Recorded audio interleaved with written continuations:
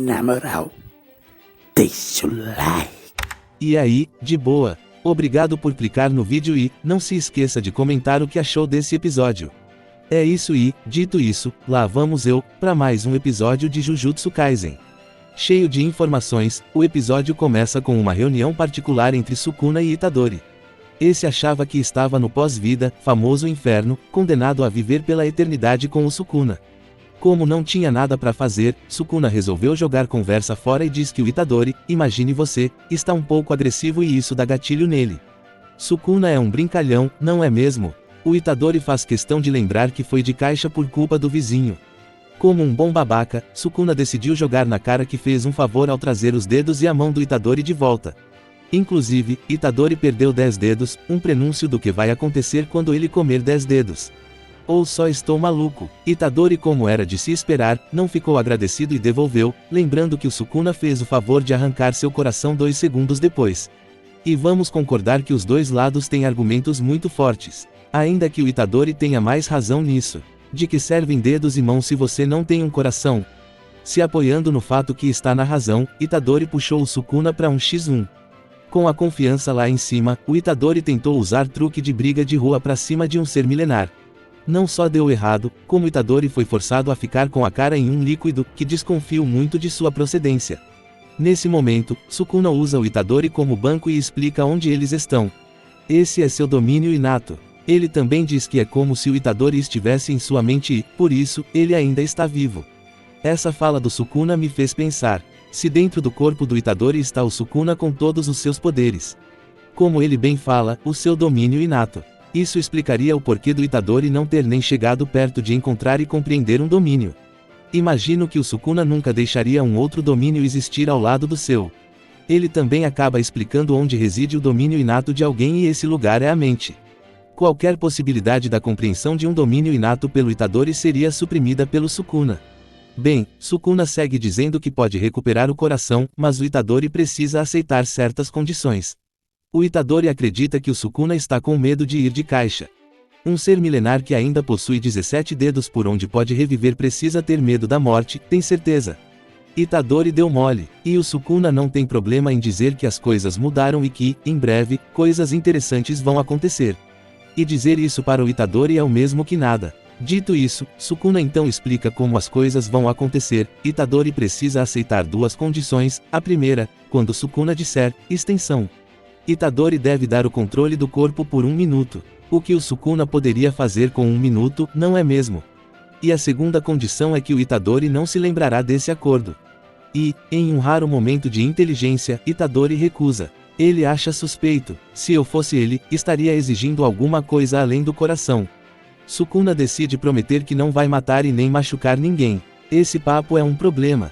Porque ninguém é ninguém, né? Enfim, isso fica para o futuro. No momento, Itadori não acredita no Sukuna, com razão. E o Rei das Maldições explica que não precisa acreditar. O ponto é que quando um acordo é feito, a parte que o quebrar será punida. Ele segue explicando que existe um castigo para quem busca lucrar mais que o devido. No mundo real, só pobre recebe esse tipo de castigo. De qualquer forma, Sukuna usa como exemplo o próprio Itadori que forçou a troca e acabou punido. O Sukuna mostra que entende muito bem sobre pactos, benefícios e consequências da quebra de um. Pactos e acordos são um assunto que ele entende muito bem. Ou seja, ele sabia que o Itadori iria se lascar ao forçar ele a sair. Ele conclui que pactos de acordo mútuo é um dos fatores por trás de todos os Jujutsus. E digo mais, não sei se foi uma boa tradução. Não sei dizer se é um fator por trás de todo feiticeiro ou dos encantamentos. Enfim, Sukuna demonstra todo o seu conhecimento sobre Jujutsu para um pivete que não entende nada.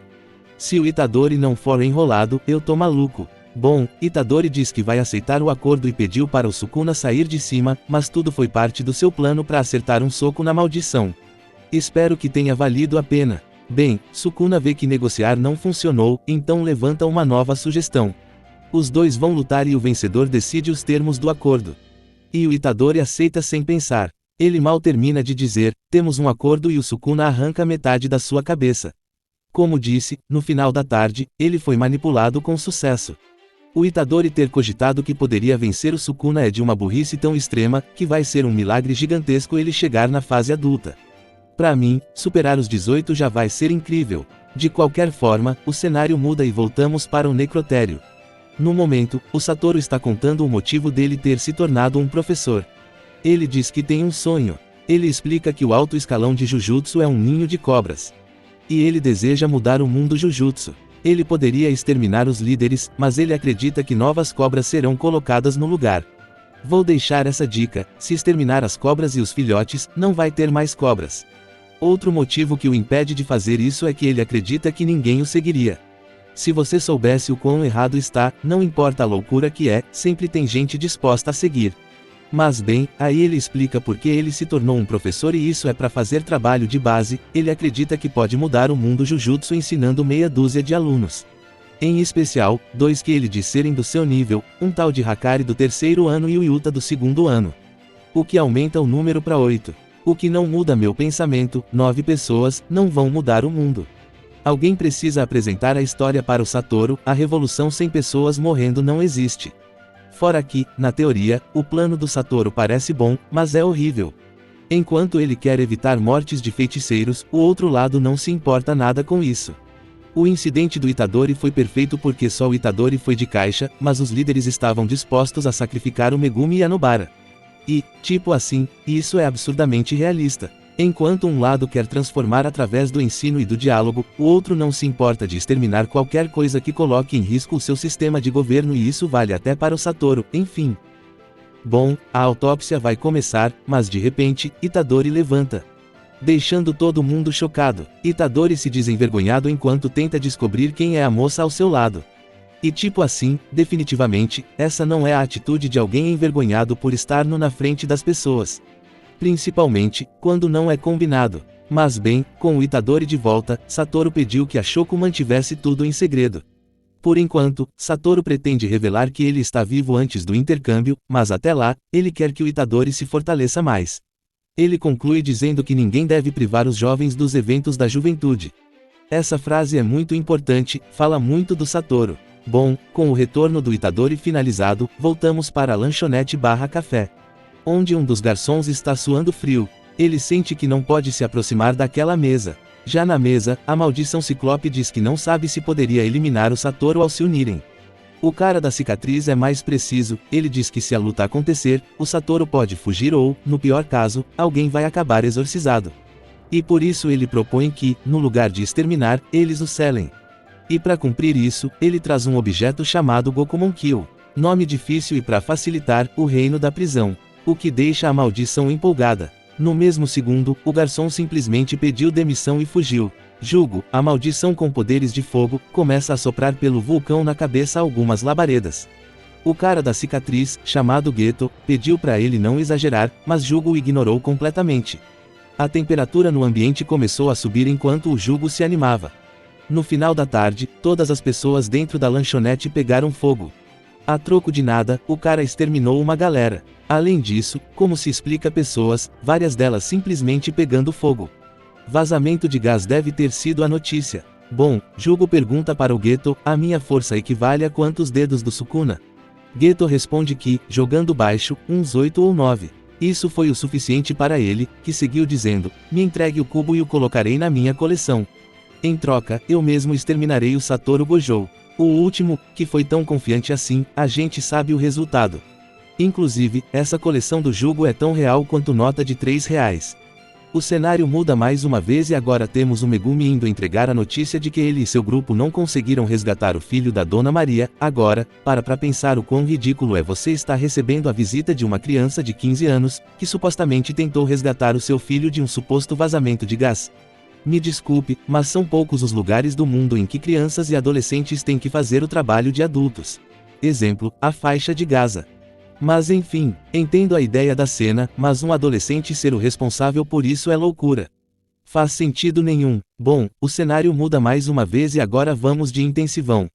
Satoru pretende ensinar o controle de energia para o Itadori, e para explicar, ele usa como analogia a energia elétrica e os eletrodomésticos, sendo os eletrodomésticos um exemplo de como a energia é transformada através de um encantamento para que o usuário consiga fazer coisas. A energia por si só é difícil de controlar e manipular, um encantamento permite que a pessoa consiga manipular e transformar com mais facilidade. Itadori fica super empolgado, mas o Satoru corta a brisa do garoto ao dizer que ele não possui encantamento. O que um feiticeiro pode ser depende de sua genética, 80% vem do berço, ou nasce rico, ou nunca vai ser. A vibração é essa. O Itadori fica destruído, ele jurava que poderia fazer coisas como o Rasengan. Que, inclusive, ele poderia, mas não vou entrar nisso. Enquanto Itadori se lamenta, Satoru comenta com ele mesmo que em algum momento, os encantamentos do Sukuna serão gravados no corpo do Itadori. Promessas no tipo político de ser, só digo isso. Bom, o plano do Satoru é introduzir o uso da energia amaldiçoada no estilo de luta físico, algo no qual o Itadori possui bastante talento. O que faz o Itadori lembrar da sua última luta, quando ele conseguiu usar um pouco de energia. Satoru pediu para ele repetir e o resultado foi o óbvio, uma falha. Satoru explica que as emoções são a chave para usar a energia amaldiçoada e deduz que o medo e a raiva foram gatilhos que o permitiu usar, mas de forma instintiva. Nesse meio tempo, Megumi e Nobara estão treinando com a Maki, Panta e Inumaki. De volta com a aula do Itadori, Satoru explica que todos devem aprender como controlar suas emoções para que possam usar energia com a menor fagulha emotiva, além de saber controlar quando estiver extremamente irritado. E o treino é muito simples, assistir filmes que mexem com a emoção enquanto segura um boneco que precisa receber energia amaldiçoada para ficar dormente. Jujutsu chegou em um novo nível para os treinos de um mês que fazem o protagonista alcançar o nível de seres que estão vivos há milênios. Não tem jeito, isso faz parte dos shounens. Acontece porque não tem níveis bem definidos, são sempre superficiais. Quando chega ao nível especial, não existem critérios que definem nada. Como saber quem é o mais forte entre Sukuna com todos os dedos e um Satoru? Você só descobre na luta entre os dois e é feito assim para impedir que a luta seja previsível. E tenha um pouco de quebra de expectativa. Às vezes dá certo, mas tem lutas que ninguém acredita no resultado. Acho que tornar a luta previsível não é um problema, o problema é como transformar essa luta em algo interessante de assistir ou ler. Bom, Satoru diz que alterou o boneco, mas que lentamente o boneco precisará de cada vez mais energia ou então ficará batendo nele sem parar. Enquanto isso, no campo de treino, Megumi está tentando descobrir como melhorar. Ele pensa em carregar armas, usar em batalha seria bom, mas ele precisa das mãos livres para usar os Shikigamis. Até que ele se lembra da conversa com o Sukuna, e imagina que o Sukuna queria dizer que ele era capaz de derrotar uma maldição de nível especial. Com isso na cabeça, ele experimenta por sua mão em sua sombra e lentamente consegue entrar na própria sombra. Já a Nobara está fazendo compras. Voltamos para o Itadori que segue tendo dificuldades no treino. O Satoru decide deixar ele lá, mas antes de sair, pergunta o que ele conversou com o Sukuna. Itadori diz que tem a sensação de que aconteceu alguma coisa, mas ele não lembra. Satoru ficou pensativo, mas nem ele poderia sonhar com o que viria. De qualquer forma, ele deixou o Itadori escondido e saiu para ver o diretor da escola, mas no meio do caminho ele pediu que o Ijishi parasse o carro. Depois de mandar o colega embora, uma maldição caiu do céu. Jugo realmente veio para enfrentar o Satoru, que ficou curioso para saber quem era o sujeito atrevido. E foi isso, terminamos o episódio 6, depois da chuva.